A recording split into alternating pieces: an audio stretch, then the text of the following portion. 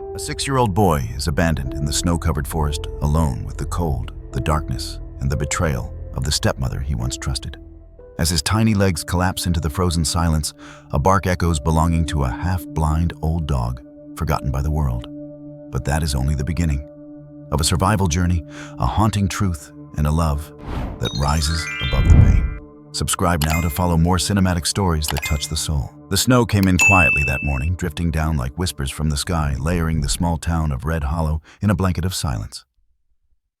Montana had a way of being both beautiful and brutal in winter, and today was no exception. Frost clung to every window pane. Trees stood frozen, their bare branches locked in stillness, like arms caught mid-reach.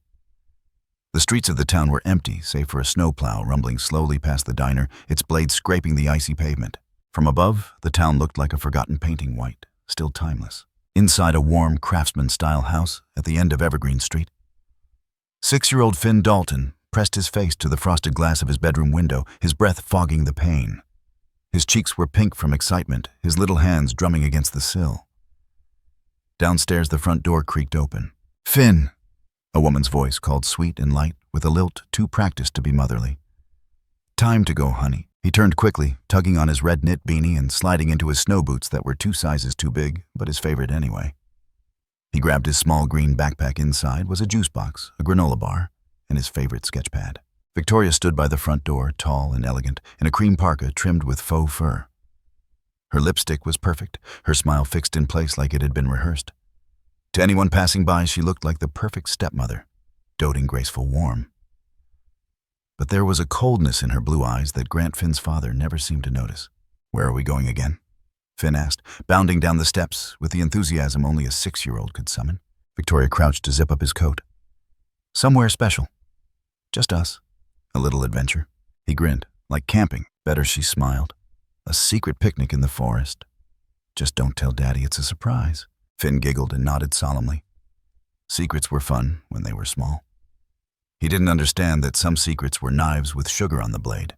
Outside, a sleek silver SUV waited in the driveway engine, humming softly in the chill. Victoria helped Finn into the back seat, buckled his seatbelt, and then climbed in behind the wheel. Inside, the car smelled like vanilla and leather. The dashboard glowed a cool blue, and classical piano played faintly over the speakers. Victoria drove in silence for a while, her gloved hands steady on the wheel. Finn stared out the window at the snow-blanketed fields, watching fence posts disappear into white. After 20 minutes, they veered off the main road onto a narrower one, unpaved, dusted in fresh snow. Towering pine trees closed in on either side, like they were watching. "Are we close?" Finn asked, craning his neck to see ahead. "Almost," Victoria said, her voice clipped now, distant. They drove another mile deeper into the woods. The sky turned grayer. The trees grew thicker. And then, without warning, she pulled the SUV off the path into a small clearing, cut the engine, and unbuckled her seatbelt. "Wait here, sweetie. I just need to get something from the back." Finn unbuckled, too curious. "Can I come?" No, just wait in the car. It's only a minute." She forced another tight smile. "Stay warm." She stepped out, her boots crunching over snow and dead pine needles. The trunk opened with a click. Finn watched her through the fogged window as she rummaged around for what seemed like too long. Then the trunk shut. Then nothing. The car door never opened again. Finn waited and waited. 5 minutes passed. The music looped and restarted. The snow began falling harder now, tapping the roof of the SUV in a steady rhythm. He pressed his face to the window. "Victoria," he called out, voice muffled by the glass. No answer. He pushed the door open and stepped out. The cold hit his cheeks like needles. The silence out here wasn't peaceful. It was heavy, unnatural. A world with no birdsong, no distant cars, only the occasional groan of branches under the weight of snow. The clearing was empty. The SUV was parked beneath a crooked pine tree.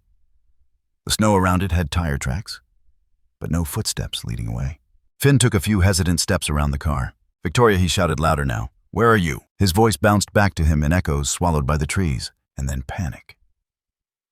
That quiet, slow-growing kind of fear that starts as confusion and blooms into something darker. He turned in a circle. Every direction looked the same: trees and snow, and trees.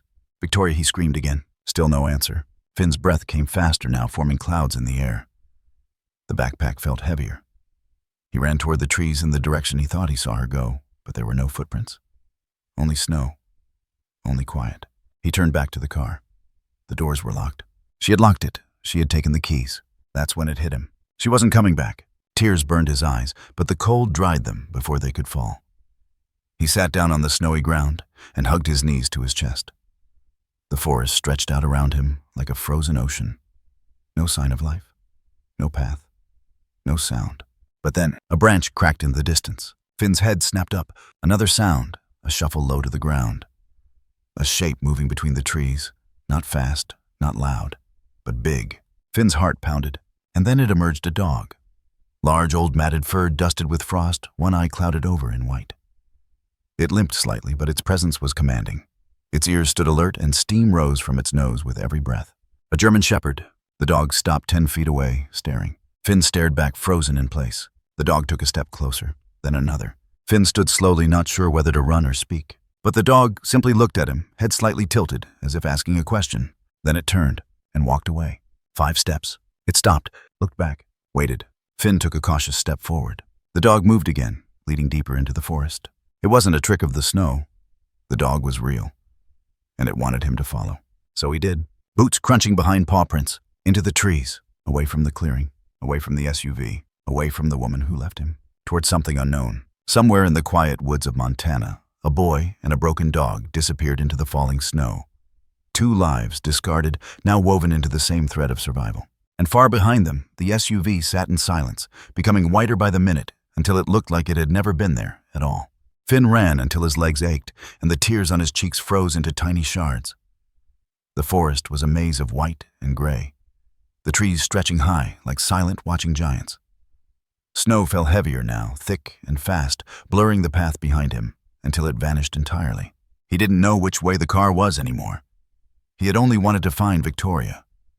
But the deeper he wandered, the more the trees seemed to shift around him, hiding her, hiding everything. The shadows grew longer, the cold sharper.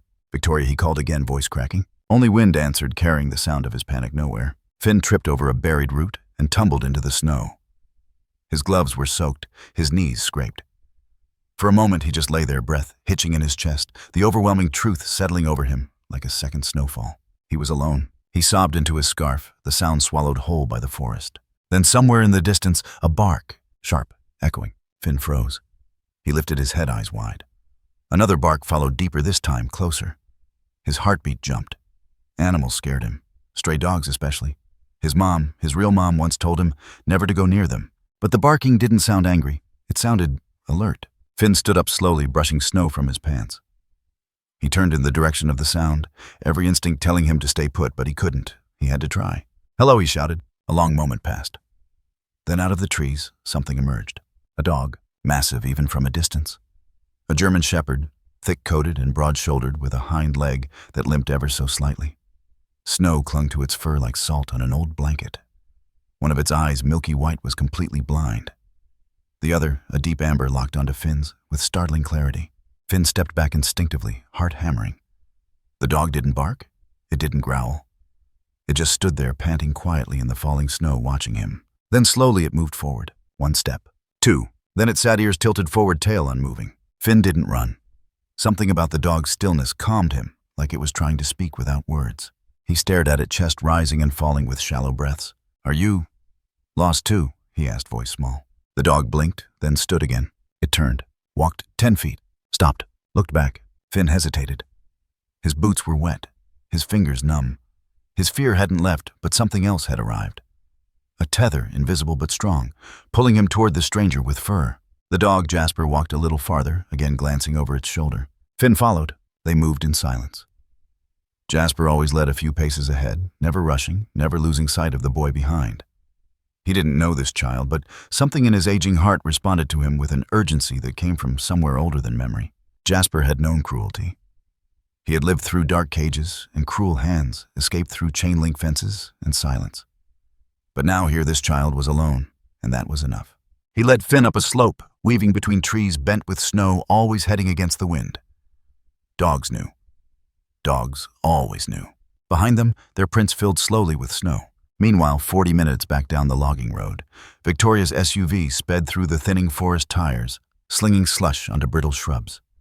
She had taken her time checking her reflection in the rearview mirror, adjusting her scarf, rehearsing her lines. By the time she hit the paved road and entered town limits, she looked shaken but composed. Her mascara hadn't run. Her hands trembled just enough to be convincing. She pulled into the gas station lot beside the sheriff's substation and stepped out into the chill. A man in his 50s, bundled in a department-issued winter coat, noticed her immediately. Victoria walked up to him with wide eyes and a voice on the edge of hysteria. "Officer, please, my stepson, he's gone." The deputy blinked. "Gone." I turned around for 2 seconds. He had to pee. He was just behind the car. He was there, and then he wasn't. Her voice cracked in all the right places. The deputy ushered her inside, radioed for backup, and handed her a styrofoam cup of coffee she barely touched. Soon, Sheriff Nolan Bird arrived, square-shouldered, thick-browed, moving with the quiet weariness of someone who'd seen too many things, too late. Victoria repeated her story. She had taken Finn on a winter picnic, a mother-son day. He had asked to go to the bathroom in the woods. She gave him space, and when she looked back, he was gone. "The cold had swallowed him," she said, "like a ghost. We searched," she added. "I called his name. I didn't know what else to do." Her hands clutched the cup too tightly. Nolan nodded slowly, watching her eyes more than her lips. "Where exactly?" he asked. She gave him coordinates, not the real ones. Close enough to send people in the wrong direction. Far enough that no one would ever connect the old forest trail with her. The search began before nightfall. Victoria waited outside the station, pacing, wringing her gloves. No one noticed that her boots were dry. Back in the woods, the sky was darkening. Jasper stopped beside a half-collapsed tree trunk and sniffed the air. He turned, nudged Finn with his nose, and then led him into a narrow gap between boulders. It opened into a shallow depression in the landscape, a natural pocket protected from the wind, covered with pine needles and old leaves. Jasper circled once, then curled into a ball. Finn sat down beside him, curling his knees up and tucking his hands into his coat sleeves. He leaned against the dog's body. Jasper's fur was damp but warm. The rise and fall of his breath gave rhythm to the boy's shivers. "I don't know what to do," Finn whispered. "I think she left me." Jasper didn't respond.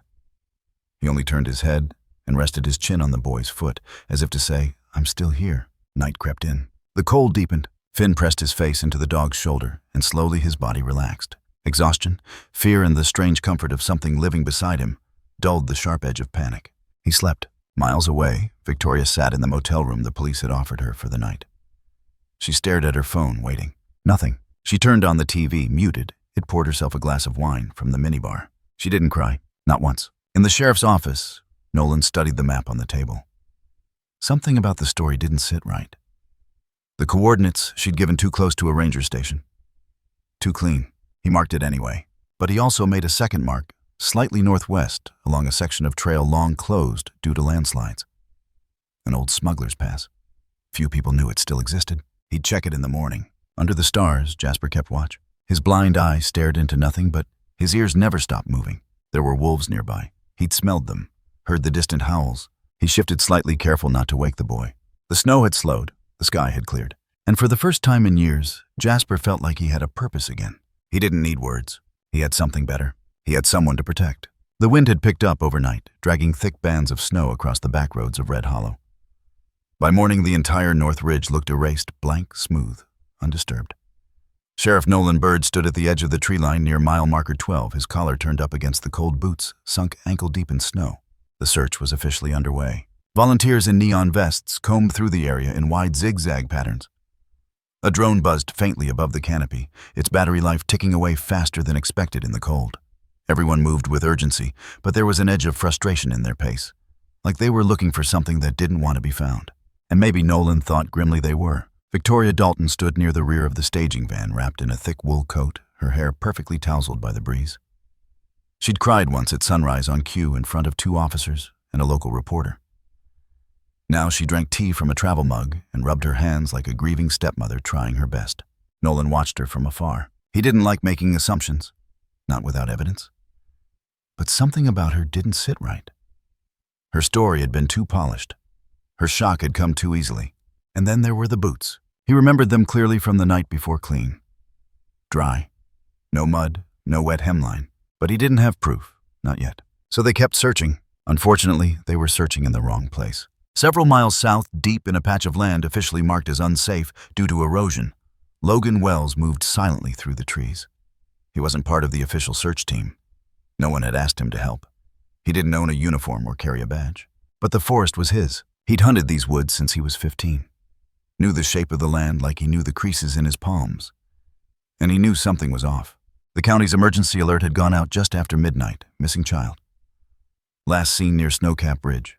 They gave coordinates, descriptions. The whole town woke up. Logan read it, nodded once, then grabbed his coat and rifle and drove the opposite direction, because he didn't trust coordinates handed out by a woman whose smile never touched her eyes. Snow fell harder here, less traffic, less plow coverage. His truck strained up the hill before he parked just short of the old logging road, now blocked by a rusted gate that hadn't swung open in years. He slung his rifle across his back, pulled on gloves, and started walking.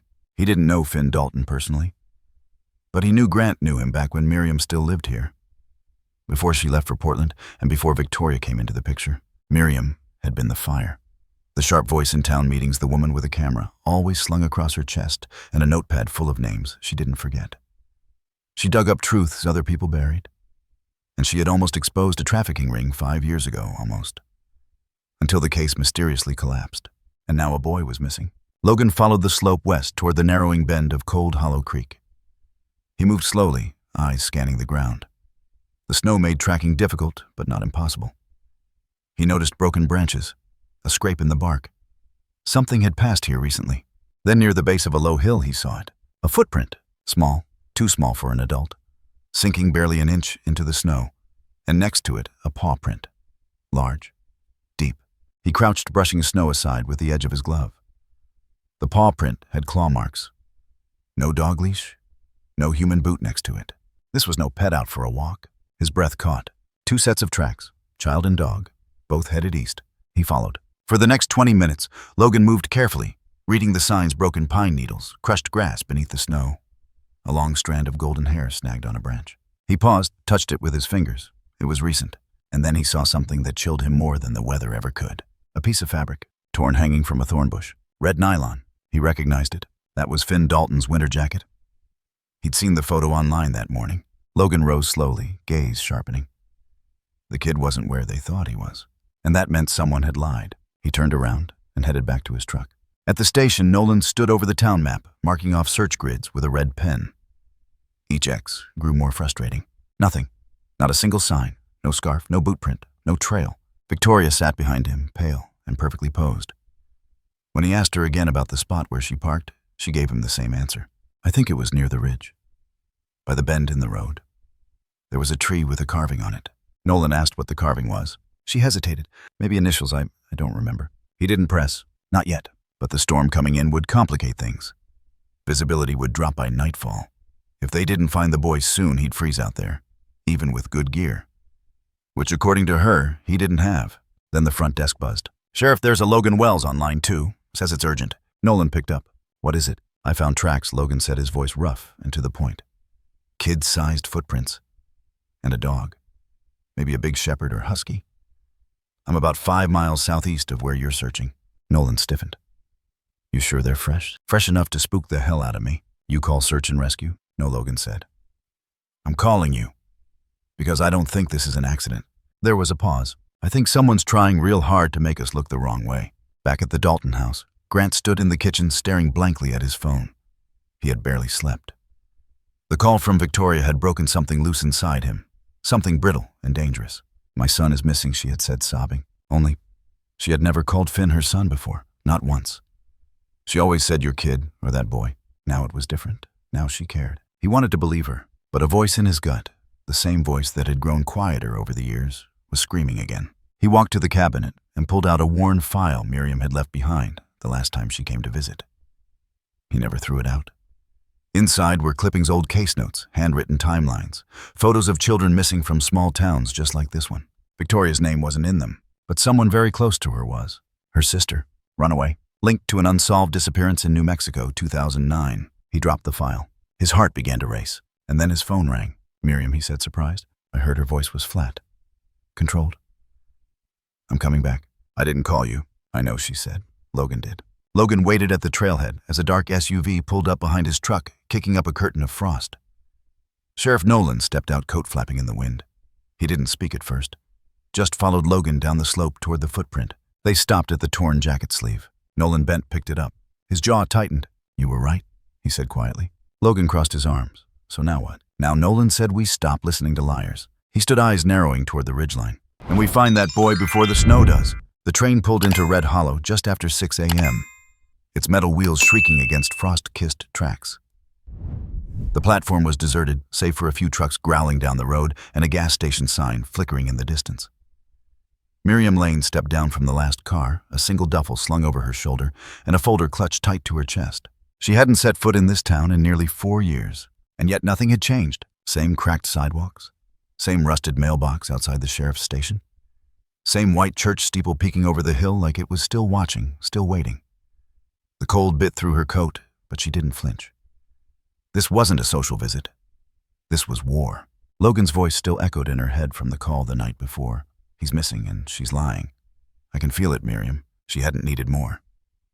The moment she heard Finn, she packed. She didn't ask permission. She didn't warn Grant. Now she was home. She didn't go to the hotel.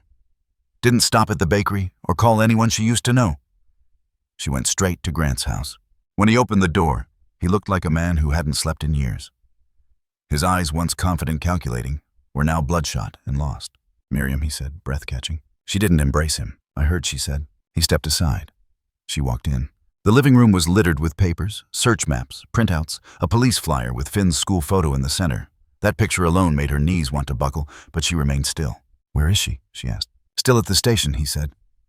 Staying close to the investigation, he added bitterly. She dropped her duffel onto the floor and pulled out the folder, yellowing dog-eared heavy with things no one ever wanted to carry.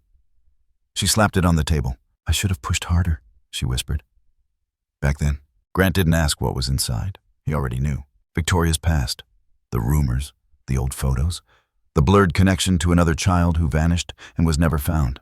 It hadn't been enough for the police back then. No fingerprints, no hard link, just shadows. But Miriam had always been good at following shadows. She looked at him now, her voice cutting clean through the air. Do you believe her? Grant didn't answer right away. He stared at the floor at a pair of Finn's socks near the fireplace, crumpled unmatched. No, he said finally. I want to, but no. Miriam sat. Then let's stop pretending we're waiting for the police to solve this. 20 minutes later, Victoria returned. Her boots clicked sharply on the wooden steps, like the confidence in her voice, when she walked through the door. Miriam, she said with mock surprise, I didn't know you were in town. I didn't know we were lying to law enforcement either. Miriam replied coolly. Victoria's smile tightened like a belt cinched too far. You never could stay out of my business. I tried, believe me. Grant stood between them, awkward folding and unfolding his hands, like a man watching two versions of his life collide. She's only here to blame me, Victoria said, turning to him. As always. She's jealous. She's angry. You're deflecting, Miriam snapped. A child is missing. Victoria's eyes sparked. Our child, she hissed. And where were you when he needed you? You left. I left you, Miriam corrected. I never left Finn. There was a silence, sharp-loaded. Victoria stepped closer, voice lowering. You're just here to stir things up, like always. The past didn't stick, so now you want to dig through dirt that never existed? Miriam held her ground. No. I'm here because a 6-year-old boy trusted you. And now he's gone. Grant watched the argument unfold, the walls closing in.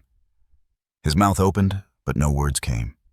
He wanted to scream, wanted to believe someone, anyone, but all he had were fragments and fear. Finally, Miriam turned away, grabbing her coat. I'll be back, she said, not to Victoria, but to Grant. Don't say anything more until you're sure she deserves it. And then she walked out the door. Sheriff Nolan was standing on the porch of his office, blowing steam into the cold air when Miriam arrived. He looked up and gave a small, unsurprised nod. Figured I'd see you. You got coffee, she asked, brushing snow from her coat. He opened the door. Inside, the warmth was stale and slow to settle. She followed him past desks covered in reports and cold sandwiches through to his office, where a pot of lukewarm coffee waited. She poured herself a cup and sat. Logan called you, Nolan said flatly. He did. Showed me something real out there, he added. Footprints, dog prints, torn fabric. Miriam leaned forward. It wasn't the area Victoria pointed to, was it? He shook his head. 5 miles off. She slid the yellow folder across the desk. Then we need to stop pretending she's just confused. Nolan opened the file. Saw the notes, the names. A report from 2009. A child named Lily. Missing. Age 5. Last seen in the care of a woman who went by a different name at the time. He tapped the photo of the woman in the corner, hair darker, face younger. This her. Before she was Victoria Dalton, Miriam said. He exhaled through his nose. You have proof it's the same person. I have enough to make your stomach turn, she said. You've got tracks. You've got a false location. And now you've got motive, because she's run before. Nolan didn't argue. Instead, he stood, grabbed his jacket, and grabbed the case log. I'm not waiting for daylight, he he said.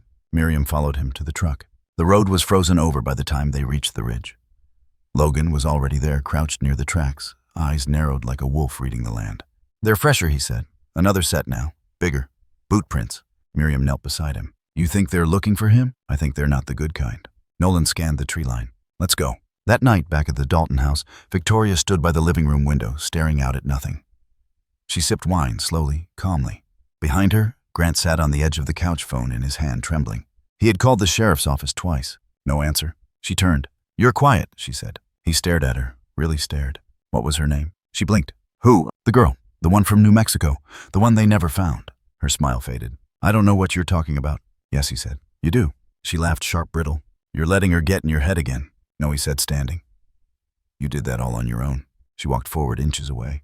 I have done nothing but love that boy. He flinched. You left him in the snow. Silence. And in that silence, something cracked, small, barely audible, but real. She didn't deny it. She just whispered it was supposed to be easy.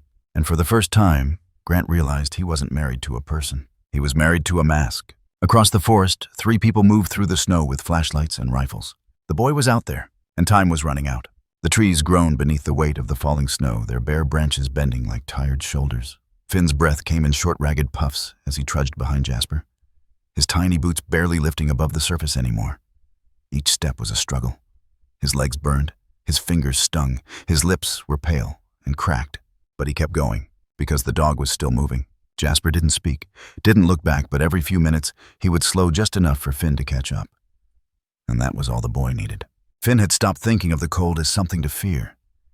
It had become something else now. An enemy, a test. His backpack was soaked. His knees trembled.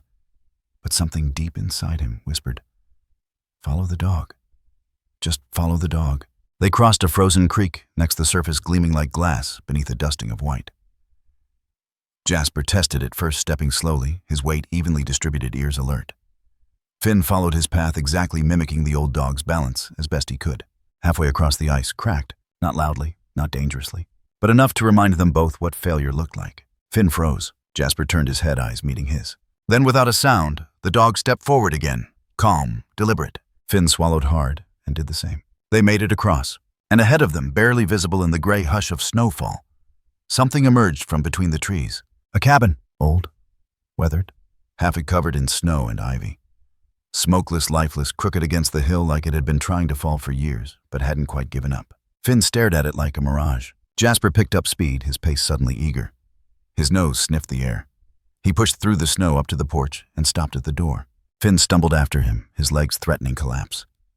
He climbed the stairs, each one creaking like it might splinter beneath him. The door was slightly open. Jasper pushed it with his snout. It groaned inward on rusted hinges. Inside was shadow and stillness. No lights, just the smell of old wood ash and something sharp beneath it like metal left in the rain too long. Hello, Finn's voice barely carried. Jasper didn't bark. He stepped inside. Finn followed. The floor creaked beneath their weight. Dust clung to every surface. Cobwebs reached from beam to beam like old stitches in a forgotten wound. Then came a sound, a soft shift of weight. From the far side of the room, Finn froze, and out of the darkness, a man stepped forward. He was tall, at least to a child's eyes, and built like someone who had once been strong and still carried the ghost of it. His beard was heavy and gray at the edges. His coat was canvas-worn and patched. But it was the scar that Finn saw first, a thick, pale seam running from his left cheek down beneath his collar, disappearing into the coat. His hands were empty, but his eyes were wary. What do we have here? The man said, voice low and rough, like boots scraping gravel. Jasper stood between them, body tense. The man saw the dog, blinked once, then looked down at Finn. The boy's teeth chattered. He didn't speak. You lost, the man asked. Finn nodded. Where's your family? The boy's lips trembled, but no sound came out. The man glanced at the open door, then back at the snow-caked pair in front of him. He exhaled. Come in, then, before you turn to stone. He turned and walked toward a small wood-burning stove at the corner of the room. The embers were nearly dead, just a faint orange glow flickering under ash. He opened the door, added wood from a nearby pile, and struck a match with the casual speed of someone who did it 10 times a day. The fire bloomed. Light filled the cabin in a slow, uneven crawl, amber and gold, across the rough-hewn walls. Finn stepped in fully now, his hands limp at his sides. Jasper followed, laying near the stove without hesitation, his body curling like a comma at rest. The man watched the dog for a moment, his eyes narrowing. You're not some stray, are you? Jasper closed his eyes, but his ears twitched. Finn collapsed onto the old rug near the fire, shaking uncontrollably. His coat was frozen stiff at the bottom. The man moved to a cabinet, pulled out an old army blanket, and tossed it gently across the boy's shoulders. "Here, that'll help." Finn hugged it tightly, the warmth beginning to seep through. "My name's Raymond," the man said after a while. Finn looked up at him, unsure if he was supposed to respond. Raymond didn't press. He moved to the far side of the room where a battered table stood beneath a broken window. He poured water from a dented kettle into a tin cup and placed it near the fire. "Let that sit for a bit," he said, then softer. "You got a name, kid?" Finn opened his mouth. "Finn," he whispered. Raymond nodded once. "All right, Finn." He sat on the floor across from him, legs crossed, palms resting on his knees. He studied the boy, not like a predator, not like a savior. Just a man looking at something he didn't expect to find in the middle of nowhere. "What happened?" Finn shook his head. I don't know," he said. "We were in a car. My stepmom. She said we were going to have a picnic. But then she went to get something and didn't come back." Raymond didn't flinch, just nodded slowly. "I waited," Finn added, his voice cracking. And then Jasper came. He glanced at the dog with a kind of reverence, like the animal was more guardian angel than beast. Raymond's gaze lingered on the boy. "You followed the dog." Finn nodded. "He saved me." Raymond looked at Jasper again. The old shepherd hadn't moved. "Hell of a thing," Raymond muttered. Then after a beat, "That dog's got more sense than most people." Finn pulled the blanket tighter. The warmth was working now, just enough to make the cold hurt in a different way. The adrenaline was leaving, and with it came the crashing weight of what had really happened. "She left me," he whispered. Raymond looked up. Finn's voice broke. "She just left me." The silence was thick. Raymond stood, moved to a cabinet, and pulled out a tin of soup. He opened it with a rusty manual can opener and dumped it into a pot. "I got food," he said. "Not much, but enough. You eat?" Finn shook his head. "Let's fix that." By the time the soup was ready, the snow outside had turned into something heavier, thick flakes falling like white ash. Finn sat on a stool, a bowl clutched in his hands, slurping without shame. Jasper lay beside him, eyes half-lidded, his body stretched out toward the stove like he belonged there. Raymond didn't ask more questions, but his mind raced. A boy, a dog, left in the woods. He glanced toward the rifle hanging above the mantel, its barrel dust-covered but clean. He hadn't spoken to another person in months, not willingly. Not since the last time the law knocked on his door asking questions about a girl he never met, a life he never took. He'd been a medic once before accusations made his name rot in public records.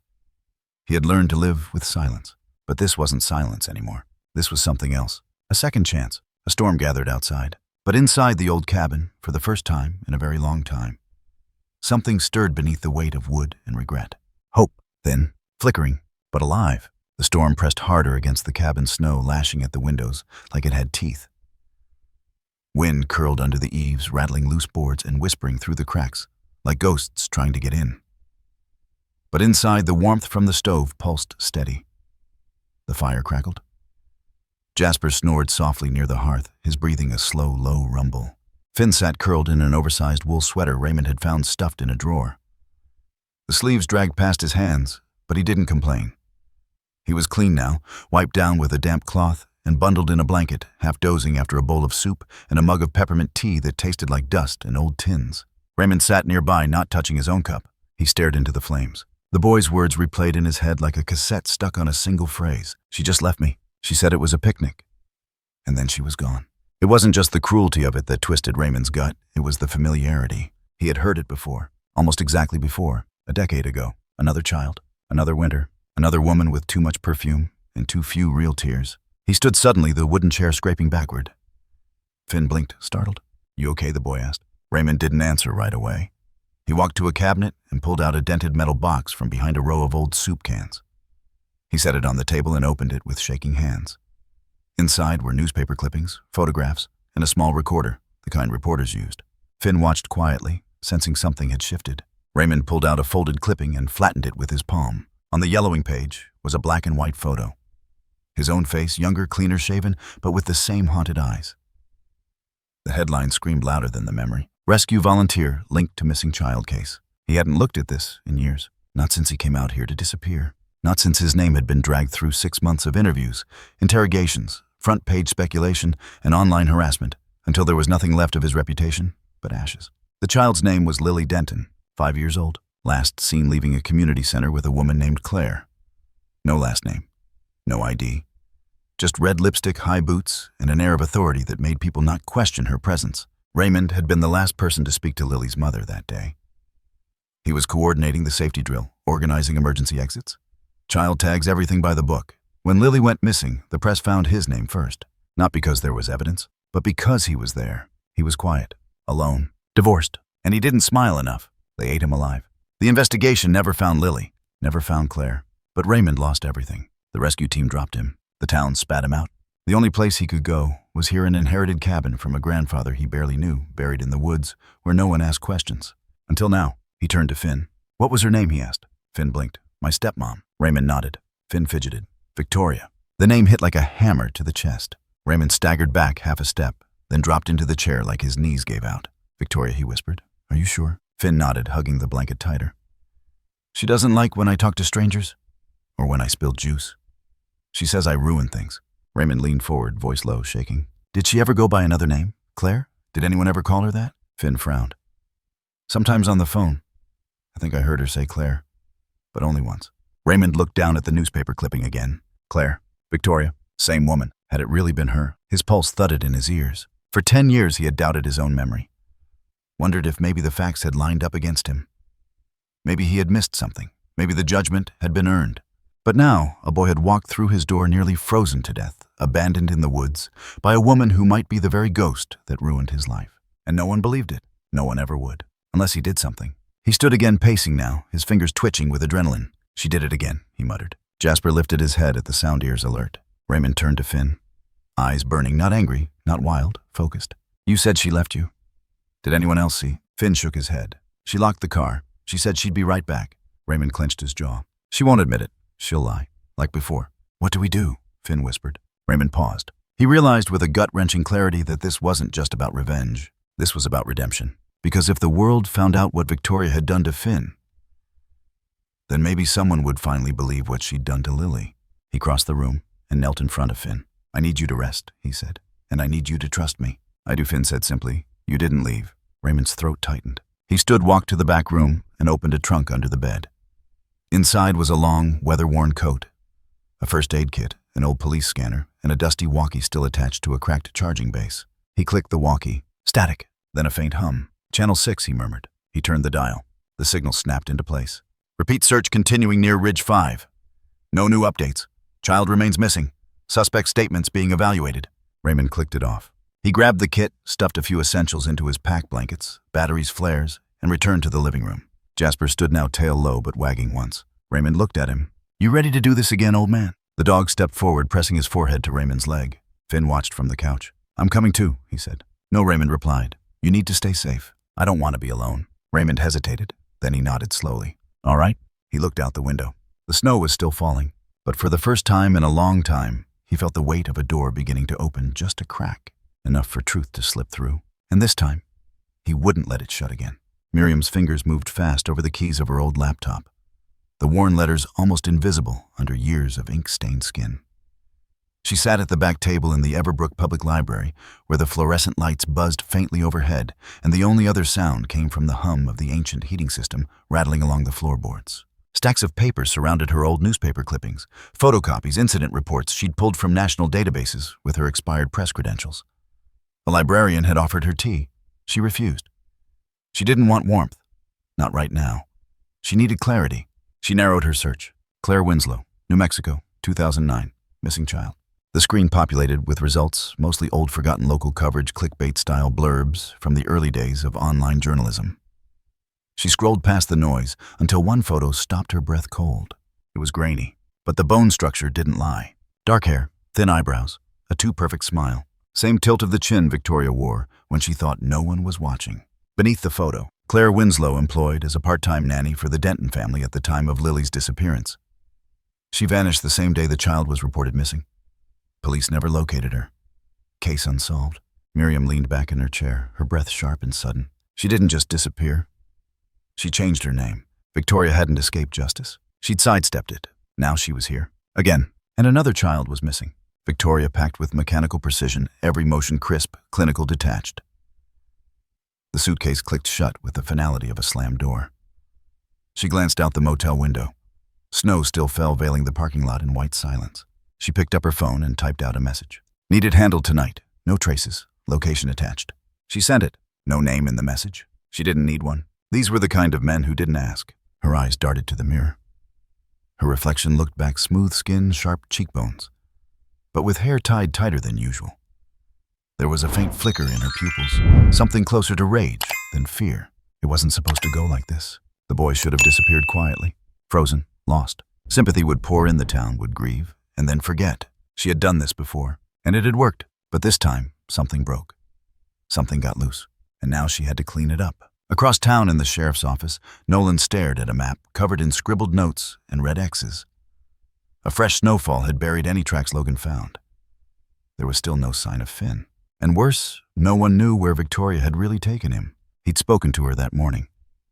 She played the part well, slightly frayed, just enough mascara smudge to look exhausted but not broken. When he'd asked again about the trail, she offered vague reassurances. "It's all a blur," she'd said, rubbing her temple. "I just want him home." But Nolan had seen victims.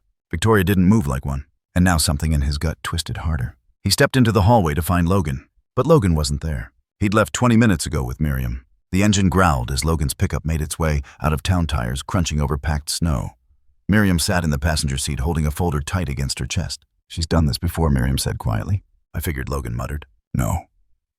Miriam continued, her voice tightening. "I mean exactly this. The same method, the same pattern, and I'm betting the same kind of men cleaning up her mess." Logan's jaw tensed. He glanced at her. "You think she sent someone to silence the boy?" Miriam didn't answer immediately, but when she did, her voice was hollow. "I think she's the kind of person who never leaves loose ends." They drove deeper into the woods, taking an old maintenance road that hadn't been plowed in years. Miriam watched the trees blur past. "What if he's already gone?" she asked, barely above a whisper. "He's not," Logan replied. She looked at him. "How do you know?" He pointed to the glove box. Inside was a worn laminated photograph. Finn and Jasper captured just weeks earlier in the schoolyard by a local paper for a Winter Buddies feature. Finn's smile, wide eyes bright. Jasper sitting beside him, slightly hunched but regal. "They're fighters," Logan said. "Both of them." In the motel parking lot, a black SUV rolled in under the cover of dusk. Two men stepped out, one tall, one stocky, both in black coats and gloves. The taller one looked around, pulling a folded note from his jacket. GPS coordinates, no names. Just a pin drop deep in the forest near Old Creek Ridge. They got back in the car and drove off without a word. Victoria stood behind the curtain watching. No part of her moved. Back at the cabin, Raymond sat near the fire, sharpening a hunting knife, slowly, deliberately. Finn was asleep in the corner, bundled up with Jasper curled tight beside him. The old dog hadn't left his side since they arrived. Raymond's mind was spinning. The more he tried to dismiss the idea, the clearer it became. Victoria, Claire, same person, same voice, same face in grainy old articles. And now she was coming again for the same reason. To cover her tracks. This time he wasn't going to be the one blamed. He wasn't going to run. He finished sharpening, slid the knife into his belt, and walked to the cupboard. He retrieved an old revolver wrapped in oilcloth, checked the barrel. Loaded. He hadn't touched it in years, but tonight was different. He bent down, shook Jasper gently. "Get ready, boy," he whispered. The dog opened his one good eye. Raymond looked out the window. The snow had stopped falling. The silence outside was too complete, too still. Something was coming. In the woods, Logan and Miriam followed the trail toward the old ranger tower. Logan remembered a cabin nearby, a backup shelter once used for avalanche patrols. If someone had taken shelter there, it would have been visible from the tower ridge. But they never made it that far. Miriam's phone buzzed in her coat pocket. She pulled it out. Blocked number. A text. "He's alive, but not for long." Her blood ran cold. She showed it to Logan. He didn't say anything. He just floored the accelerator. Victoria checked out of the motel at 6:38 p.m. She left no forwarding address. She left no bags behind. Just a clean room and a trail that was already beginning to disappear beneath the snow. But someone saw her. A teenager working the night desk who noticed she'd never used her real ID. He wrote the license plate down, and an hour later, he called it in to Sheriff Nolan. And for the first time since Finn disappeared, Nolan had something real. Night fell over Everbrook like a dropped curtain. But in the woods, several stories were beginning to converge. Victoria had sent her shadows into the forest to erase what couldn't be explained. Miriam and Logan were closing in with knowledge sharper than any blade. And Raymond, scarred, hunted, forgotten, was preparing for war. But none of them knew just how close the collision was, or how loud it would be when everything unraveled. The wind had shifted. Raymond felt it first, not in the air, but in the silence. A tension threaded through the forest like a wire pulled taut. The birds had stopped calling. The night was too still. Even the trees seemed to hold their breath. He stood in the doorway of the cabin, one hand resting on the old rifle slung over his shoulder, the other gripping the edge of the doorframe. His scar ached the way it always did before something bad came close. Inside, Finn stirred in his blanket nest. Jasper lay beside him, ears twitching, one eye cracked open. Then came the sound, a branch snapping, not far. Raymond's head turned sharply toward the north ridge, toward the thicket, where no deer ever passed and no wind ever reached. They were coming. Not cops, not rangers, no sirens, just quiet boots and worse intentions. Raymond stepped back into the room. "Finn," he said gently, "get up, now." The boy blinked, confused, still clinging to sleep. "What's wrong?" "No time. Put your boots on." Finn moved fast, years of instinct from being around uncertain adults, telling him not to ask questions. Jasper stood alert now, his body tense like a coiled spring. Raymond grabbed the pack he'd prepared earlier, rations, rope, a flashlight, the spare radio, and slung it over his shoulder. "They've found us?" Finn asked. Raymond didn't answer. He opened the back hatch of the cabin, the one hidden behind a pile of logs, and led them out into the night. Snow crunched beneath their feet. The path was narrow, almost invisible, winding down toward the hollow creek bed where no one sane would travel after dark. But Raymond knew these woods better than most people knew their homes. And he knew where ghosts buried their footsteps. "Jasper, go." The dog moved ahead, his big frame surprisingly silent nose, low tracking a path only he could see. Raymond held Finn's hand tight as they followed, weaving between fir trees and frozen brush, deeper into the dark belly of the forest. Back at the cabin, two men approached under the cover of shadow. The tall one moved like a snake's silent fluid. The stocky one followed, breathing heavy, behind a black wool scarf. Both were dressed in tactical black, their boots fitted with grips meant for ice. They held flashlights, but didn't use them. The cabin was cold, the fire dead. Inside, nothing. "Too clean," the tall one muttered. The short one circled the room, knocking over the blanket pile. "Kid's been here," he said. "So has the dog." The tall man walked to the back, inspected the hatch, then smiled. They ran. He clicked a small device clipped to his chest. "Target is mobile. We're moving in." Then they followed. A mile away, Jasper's paws left deep prints in the snow, but his movements remained quick and focused. Raymond could see him every now and then, a blur of dark fur darting between trees. Finn stumbled once, and Raymond caught him. "Sorry," the boy whispered, gasping. "You're doing great," Raymond muttered, pulling him close. "We're almost to the ridge." Behind them, a low crack echoed gunfire. Not at them, a warning shot. Psychological warfare. "They want us scared?" Raymond said under his breath. Jasper barked once, sharp ahead. He'd found the fork in the trail. Raymond knew it well, left toward the old stream bed, right toward the abandoned lookout shack. Most wouldn't know the left path had a trap. A decades-old hunting snare meant for wolves buried beneath a false brush pile. Raymond pointed to the right. "Jasper, take him. Go." The dog hesitated, looking back. "I'll draw them off." "Meet me at the ridge," Raymond said. Finn grabbed his coat. "No." Raymond crouched eye level. "You trust Jasper, right?" Finn nodded. "Then trust me too. I'm not leaving. I'm buying us time." Then he turned and vanished into the brush before the boy could argue. The tall man reached the fork 2 minutes later. He paused. Snow was disturbed in both directions. He clicked his device. They split. Which way came the voice on the other end? "Dog prints go right." He went left. "I'll chase the kid. You take the man." He didn't wait for a reply. He turned right. The other turned left. The short one didn't notice the brush piled at an unnatural angle. He didn't notice the tension in the wire, buried beneath the snow, until it snapped. The metal teeth of the old snare caught his ankle and yanked him backward with bone-breaking force. His scream was swallowed by the trees, and Raymond crouched 50 feet away with the rifle raised, waited to see if the man stayed down. He did. Raymond vanished again. Jasper moved like a shadow. Finn followed, breathless, holding the dog's fur at times, just to stay upright. The snow was thickening again, flakes dancing in the flashlight beam, like sparks from a dying flame. "I'm tired," Finn whispered. Jasper paused, turning, nudging the boy gently. Then ahead, they saw it, an old wooden marker, half buried in ice, the base of the fire tower. Just beyond that, the emergency cache shack, long unused, but intact. Jasper led him straight to it. The door was swollen from frost. Finn pulled with both hands. Inside, darkness, dust, an old cot, and a long-forgotten stove. They collapsed inside together. Jasper curled against the door. Finn shivered violently, but he didn't cry. He whispered, "Please come back, Raymond."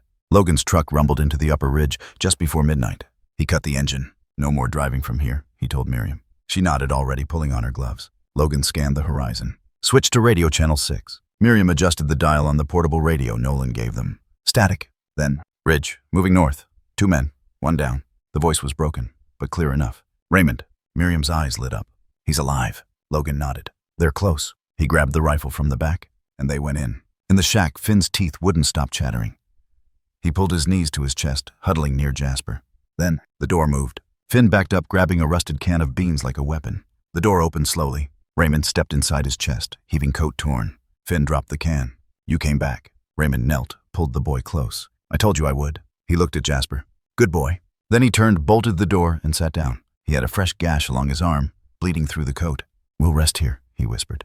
"Just till morning." Outside, footsteps crunched softly in the snow, not the ones chasing them. These were slower. "Careful." Logan raised his hand, motioning for Miriam to stop. He spotted something, a set of paw prints, and a child's. He followed them, hand on his rifle. Miriam followed behind, heart pounding in her ears. Up ahead, the shack came into view, a soft light flickering behind frosted windows. Jasper barked once. Inside, Raymond stood and raised the rifle. Then he heard the voice. "Raymond, it's Logan. We're here with Miriam." Raymond hesitated, then lowered the gun and opened the door. For the first time in 10 years, someone had come looking for the truth. The forest didn't breathe that night. It held everything, in every shadow, every secret, every breath of those still alive and those trying not to be found. Between the leaning pines and snow-crusted branches, the air was thin and sharp, like it too had been cut by what was coming. Raymond stood outside the shack with Finn clinging to the hem of his coat. Logan crouched behind a log, 20 feet downhill, rifle poised. Miriam stood a few yards back, her hands trembling slightly as she clutched her phone, the record light blinking red. Jasper was already growling low and steady, a sound that vibrated through the earth more than the air. And then they heard it. Bootsteps, not careful ones anymore, impatient, desperate. Victoria stepped into the clearing like a flame catching dry grass. Her white coat stained at the bottom, hair pinned in a perfect twist that no longer fit the scene. Behind her was the remaining man, tall, unshaven, one eye, swollen from an earlier scuffle. He held a pistol with one hand, the other tucked close like something inside had torn. "Step back," she ordered. Her voice wasn't shrill, it was controlled. The mask hadn't fallen. Not fully. But it cracked every time her eyes landed on Finn. Miriam stepped forward from the trees. "We've already called the police." Victoria tilted her head. "That's cute." "You're done, Victoria," Logan said, moving to the side, circling slowly. "We have your prints. We have your message history. We know what you did to Finn." And to Lily Denton, Miriam added coldly. "That landed?" Victoria's lips twitched. Her eyes darted toward Raymond. "You," she spat. "You should have stayed buried." Raymond stepped forward, rifle in hand, but not raised. His eyes, those storm cloud grays, locked with hers. "You remember me now?" he asked. "Or is it still Claire Winslow to you?" She said nothing. So he kept going. "You framed me 10 years ago. Lily was 5, like Finn. You said you were a nanny, but you weren't even certified. You disappeared the same day she did. You made me the face of her disappearance, and you got away with it." Victoria blinked. Her jaw tightened. Then in the flicker of firelight from the shack window, she laughed, a short, dry laugh, with no humor. "You were always such a martyr. You used her like a shield," he said, stepping closer, voice raw. "And when the police came knocking, you let them destroy someone you'd never even met. You let a little girl vanish." "Stop it," she barked. "You don't know what you're talking about." Miriam lifted her phone slightly, keeping the camera on her. "You do know what happened, though. Don't you tell us." Victoria's hands shook now. "I didn't plan it," she said, half to herself, half to the wind. She wasn't supposed to scream. "I just wanted her quiet for a minute. That's all."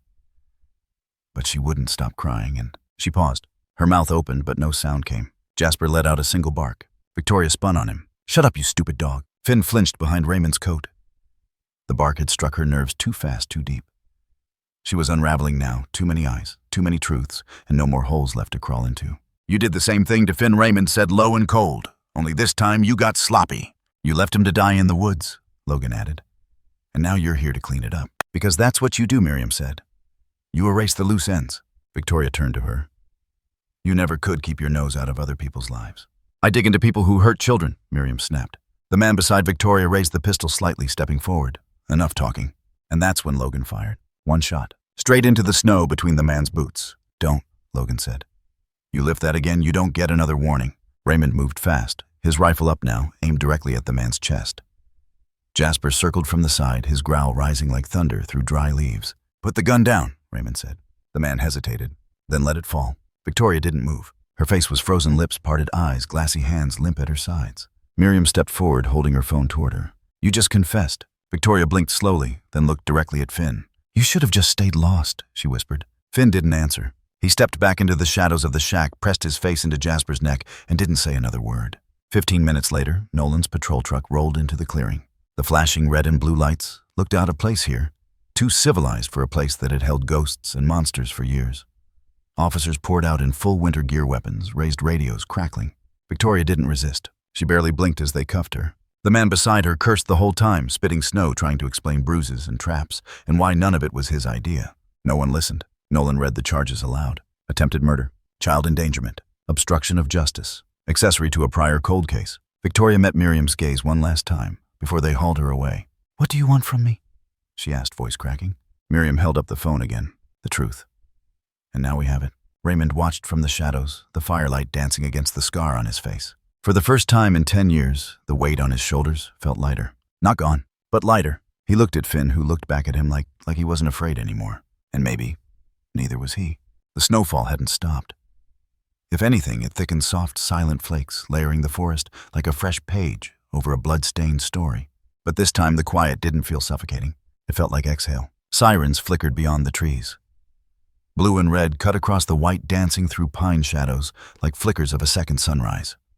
The patrol units arrived in waves, wheels crunching through frost headlights, splitting the woods into jagged halves.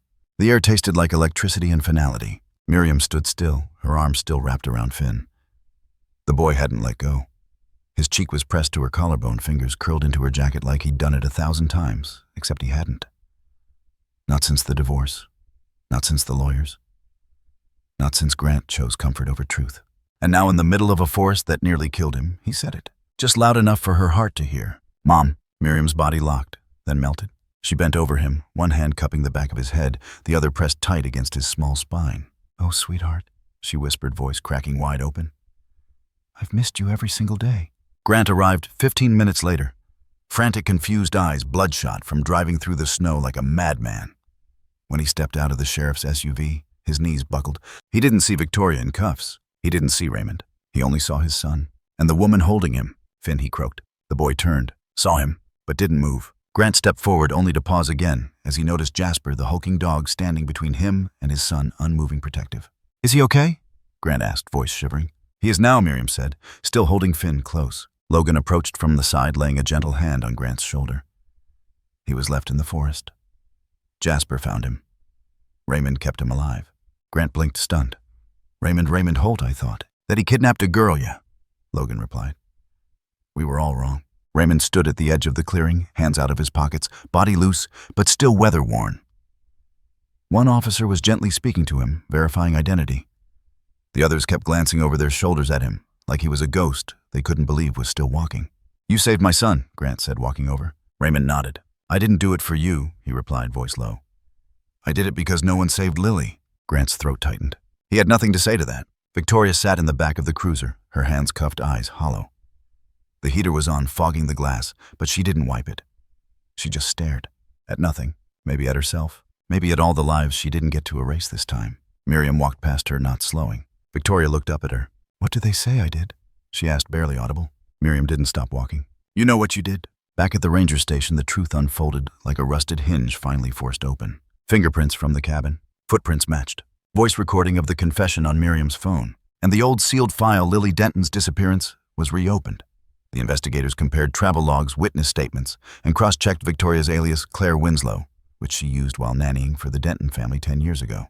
Raymond's case was dropped by morning, officially exonerated. No press conference, just a quiet signature, a handshake, and an apology that came too late to matter.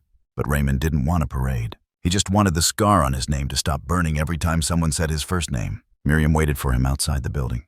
"Are you okay?" she asked. He shrugged, then smiled. "Not yet." She nodded. "But someday." He looked out at the horizon, past the frost-covered fields, and the silent town, with secrets thawing in the sun. Someday sounds good. Jasper received his own commendation from the sheriff's department. A golden tag engraved with valor in the wild. The vet checked him for frostbite and old injuries. His eyes would never fully recover, but his spirit never broke. He stayed by Finn's side, refusing to sleep anywhere else. At the town diner later that week, locals bought Raymond breakfast without asking questions.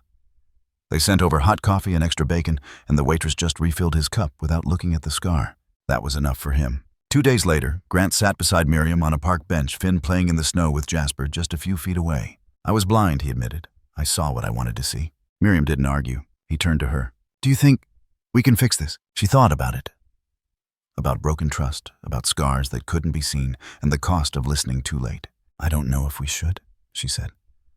"But I do know Finn needs both of us now." Grant nodded slowly, and that was enough for now. The news vans came, but no one gave interviews. Miriam published a story 2 weeks later, anonymized, titled "A Dog in the Snow and the Boy Who Wasn't Forgotten." It went viral, not because of the crime, but because of the healing. Because somewhere between the silence of the trees and the beating heart of a half-blind dog, something had survived, and something had forgiven. In the final scene, Finn placed a small bouquet of white wildflowers at a stone near the forest's edge. There was no name carved into it, only a single word etched by hand. Lily. Jasper stood beside him, tail still wind ruffling his fur. Raymond walked up behind them, gently resting a hand on Finn's shoulder. "You did good, kid." Finn looked up. "We did it together." The snow began to fall again. Not heavy this time, just enough to feel like a story ending with silence and beginning again with light. It started with a photograph. Jasper standing tall. Well, as tall as an aging German shepherd could stand, his muzzle frosted, not with snow, but time. One milky eye, one golden. The boy beside him grinning with a chipped front tooth and a wool hat 2 sizes too big. The headline read, "Whiteout Hero, the dog who walked a boy, back from the edge." They didn't need more words than that. The story spread like fire through a dry forest. Local news first, then state, then the country. Within 48 hours, Jasper had his own hashtag. Teachers showed his rescue story to classrooms. Vets offered lifetime care.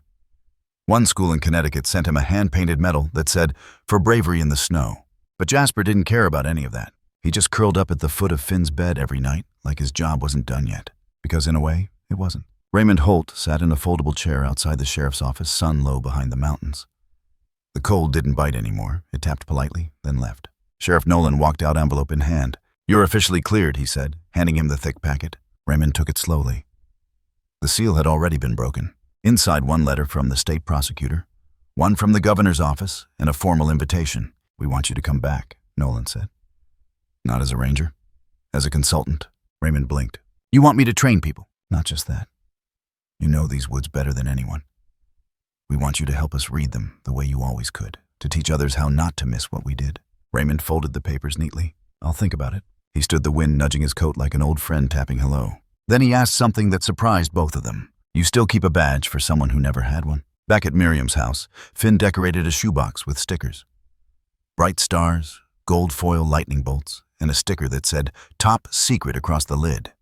Inside were a tuft of Jasper's fur wrapped in ribbon, the broken compass Raymond gave him in the cabin, a crumpled wrapper from the granola bar Miriam gave him the morning they found him. He placed it under his bed like treasure. When Miriam asked what it was for, he simply said, "Just in case I forget the brave parts." Grant showed up a week later, suit-wrinkled hands full of papers, eyes like wet ash.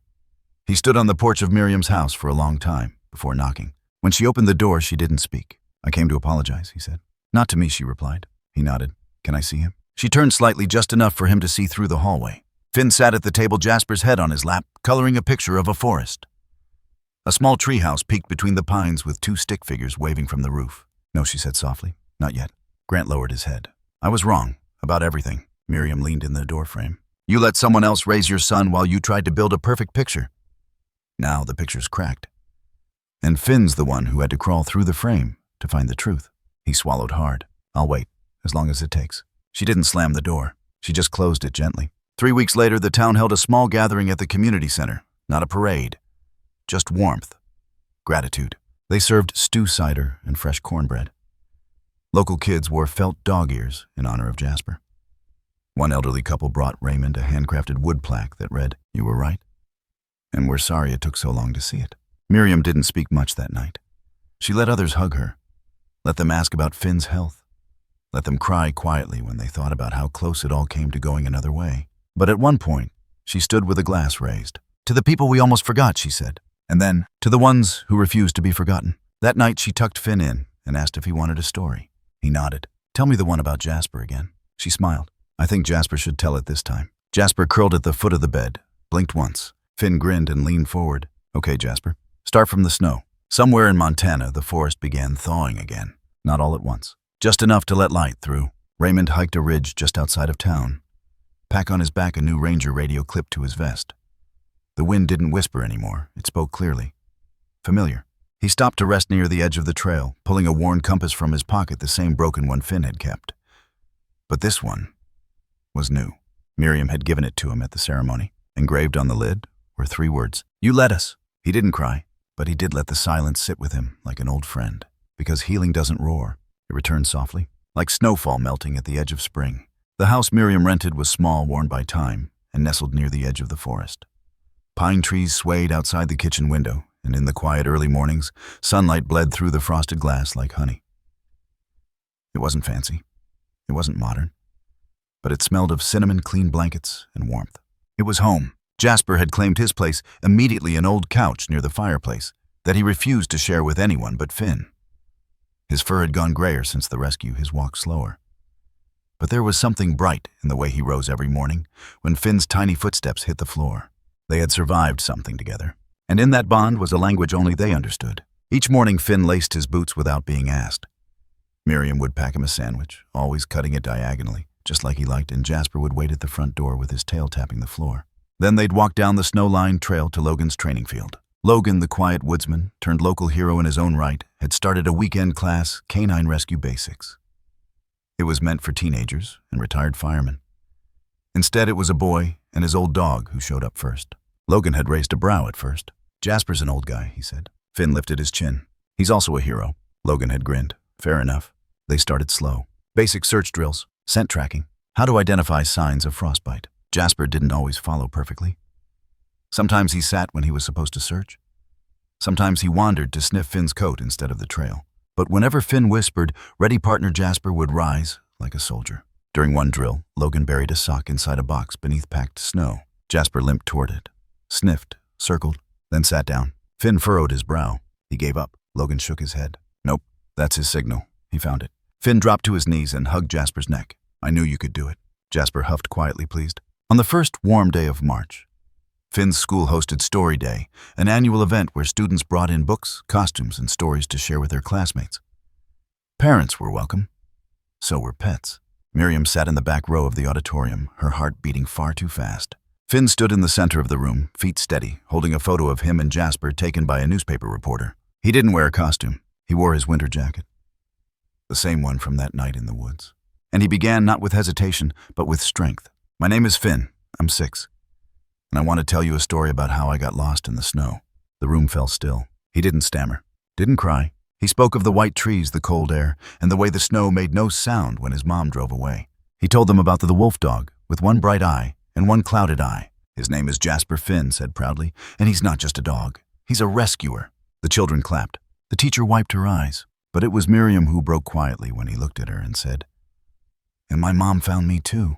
Later that evening, Finn pulled a shoebox from under his bed. Inside were new things now. A ribbon from training class, a thank you card from his classmate Nora, a photograph of Raymond holding Jasper like he was a baby cub. He held up the photo to Jasper, who lay half asleep on the couch. "Do you think we'll do rescues again?" Finn asked. Jasper blinked slowly. Finn smiled. "Yeah, me too."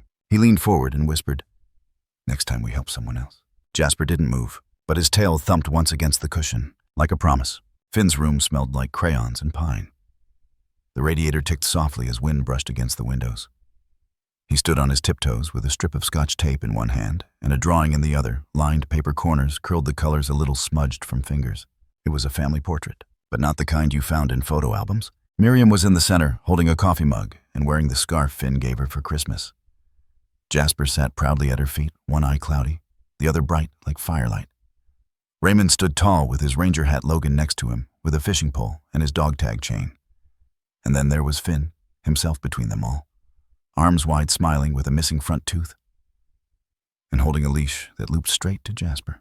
Finn pressed the tape to the wall and stepped back. He stared at it for a long time. It didn't feel like a drawing. It felt like truth. Outside, snow began to fall again. Not heavy, just enough to quiet the world. Miriam stood on the porch with a thermos of hot tea, watching Finn zip up his coat with the speed of a child who didn't yet know that winter could mean danger. "Where are you headed?" she called. "Just the trail, me and Jasper." Jasper was already at the foot of the porch, tail wagging in slow, heavy arcs. Miriam nodded. "Don't go too far, all right?" "We won't," Finn shouted over his shoulder. But she stayed standing there anyway, long after they disappeared behind the first line of trees. The forest was still. No blizzards, no sirens, no hidden cabins filled with fear. Just pine needles catching flakes, the quiet rustle of branches, and the steady crunch of 2 sets of feet, one small, one pawed. Finn didn't speak for the first few minutes. He just walked, breathing in the cold like it gave him strength. Jasper kept to his side, limping ever so slightly, but alert. Then Finn stopped, right at the spot where everything had once fallen apart. The curve in the trail, the bent birch tree, the patch where beneath the snow a candy wrapper still might be buried from the day Victoria drove away and left him. He didn't cry. He didn't even frown. Instead, he sat down in the snow, cross-legged. Jasper lowered himself beside him, tail curling around Finn's boots. Finn reached into his coat pocket and pulled out a folded piece of paper. A single sentence written in pencil. He handed it to Jasper, laughing as if the dog could read. "Here," he whispered. "That's what I'm going to say at graduation one day." Jasper tilted his head. Finn read it aloud. "The cold didn't break me. It taught me who to trust." Back at home, Miriam worked quietly in the kitchen, baking something warm. Cinnamon and clove filled the air. The radio played a holiday song from decades ago, static humming at the edges. Raymond knocked softly on the door and stepped inside. He removed his hat and nodded. "She said yes," he said. Miriam raised a brow. "To the advisory board." Raymond chuckled. "To Jasper. He gets his own plaque at the rescue unit." "I said only if they spelled his name right." She smiled. "What about the cabin?" "Sold it," he replied. "Someone else needs to write new memories there." Miriam poured him coffee and handed it over. "You did good, Raymond." "No," he said, eyes glancing toward the forest. "They did good. The boy, the dog, the truth." Logan joined them at sunset, mud still caked to his boots. "Trail's clear," he reported. "Finn and the pup are near the ridge." "You let him go that far?" Miriam asked. Logan shrugged. "He's with Jasper." They all fell quiet at that, because it wasn't just a sentence. It was a guarantee. Somewhere near the edge of the ridge, Finn stood tall. The sky opened above him, soft, and golden clouds tinged in rose, like someone had lit the whole world with forgiveness. Jasper barked once and nudged Finn's leg. "You see that?" Finn whispered, pointing toward the trees below. "That's where I almost disappeared." Jasper sat. His ears twitched in the wind. "But I didn't, 'cause you found me." He knelt and pressed his forehead to Jasper's. "Thank you." Jasper closed his eyes. Snowflakes landed on his muzzle and melted instantly. Then Finn stood again and ran feet light heart louder than the wind. Jasper followed behind, slower now, but sure. And in that moment, it didn't matter that one eye had gone blind or that his hips ached in the cold. He still saw everything that mattered. Back home, Miriam placed a new frame on the mantel. A drawing no longer crooked, no longer taped. Pressed under glass. A family reshaped by survival. Jasper curled near the fireplace, snoring faintly, as if even his dreams had found peace. The camera panned wide, then up, then faded gently into the white. Voice over Finn. "There are winters that bury things. Dreams, names, people. But sometimes, in the middle of all that cold, you find love and truth, and a dog who never gave up on you." Fade to black. Title appears slowly. The Winter That Saved Us. End credits roll.